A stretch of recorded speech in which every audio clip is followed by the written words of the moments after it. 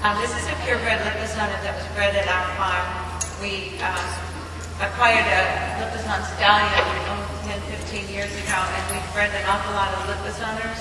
But we also breed Lipizzan thoroughbred crosses, because the Lipizzan is probably the most agile horse in the world, the most talented when it comes to being able to do dressage, world-class dressage, because they're actually bred for airs above ground, which goes on beyond Grand Prix. So you might say they're a bit overqualified for the job, which is why I chose them, because they're small.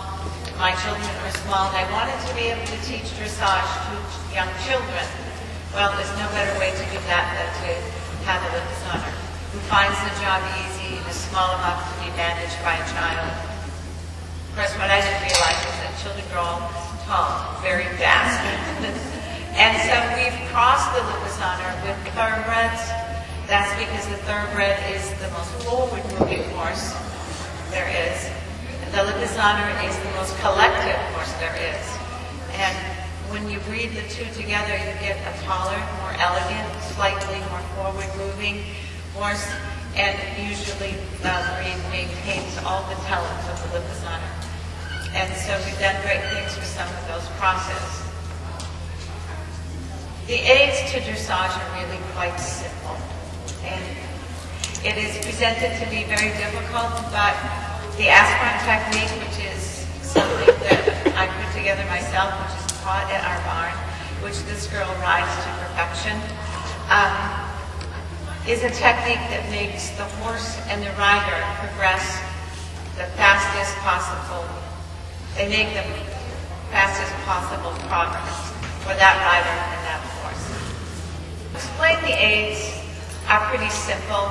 You want to ride, a horse always follows the rider. So it's very important that the rider doesn't follow the horse. Because if you follow your horse that has no idea that you're following him, and he's in turn going to follow you, and it becomes a vicious circle. And I'll show you how that works as we go on. But first we're going to demonstrate changes to the circle.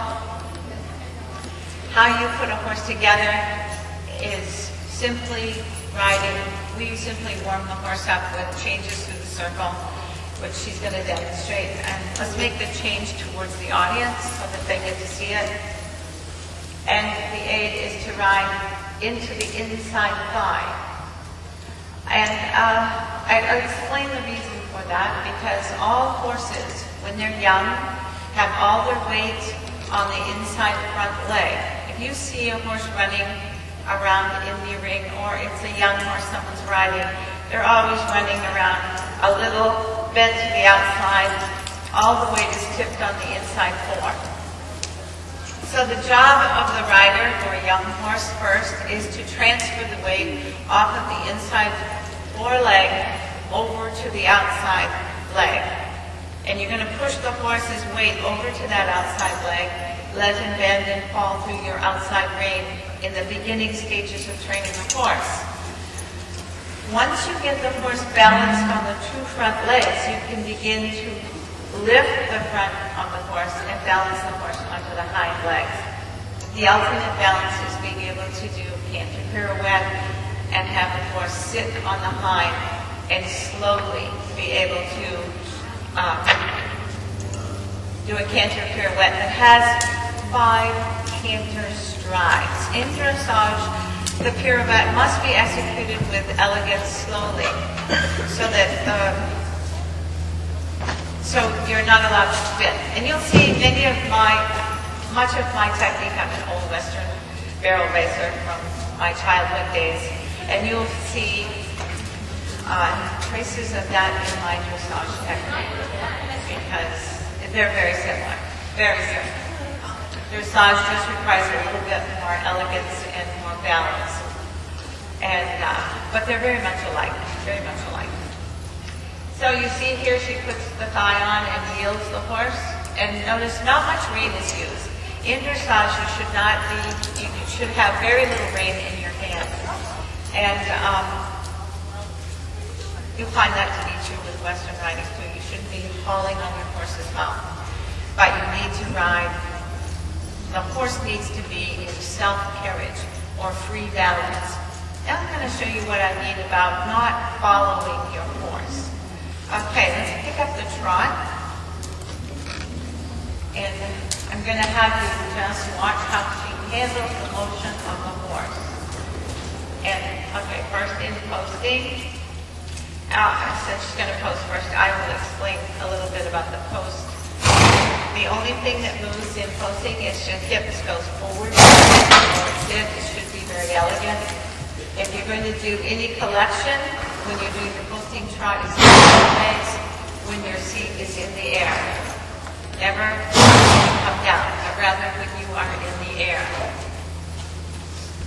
And she can do change to the circles, so you can see how this works. And in the posting, she is always going to rise against her inside thigh.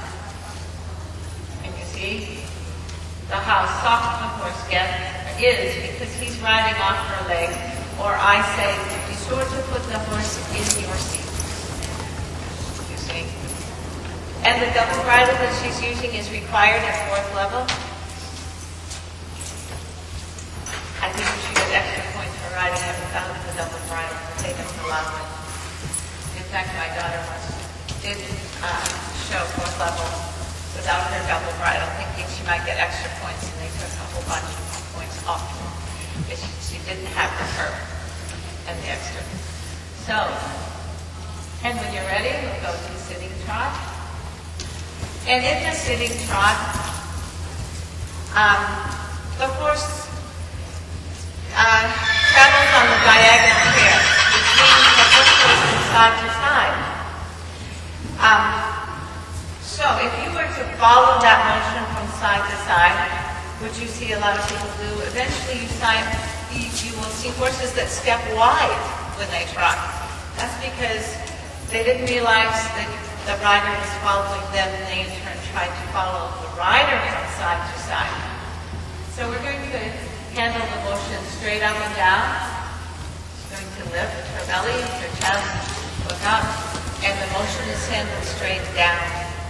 And the motion of the horse is shed out the knee, and the horse bounces you up and then bounces you down.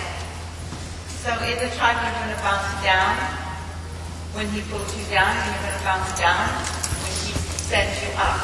The horse also pushes you to the back of the saddle. He bounces you up and back. And so what you want to do is bounce down and forward to maintain your balance with the horse, and the horse stay in absolute total submission.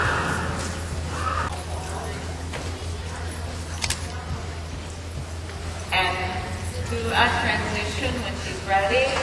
You see, so you don't see the rider. You should never be able to see the rider do anything.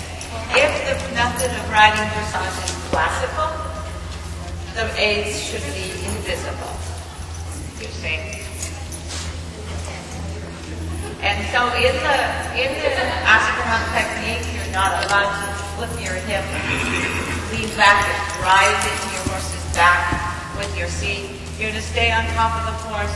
And if you do the process of not following the horse, but having the horse follow you, you and your horse become one. And they look pretty connected.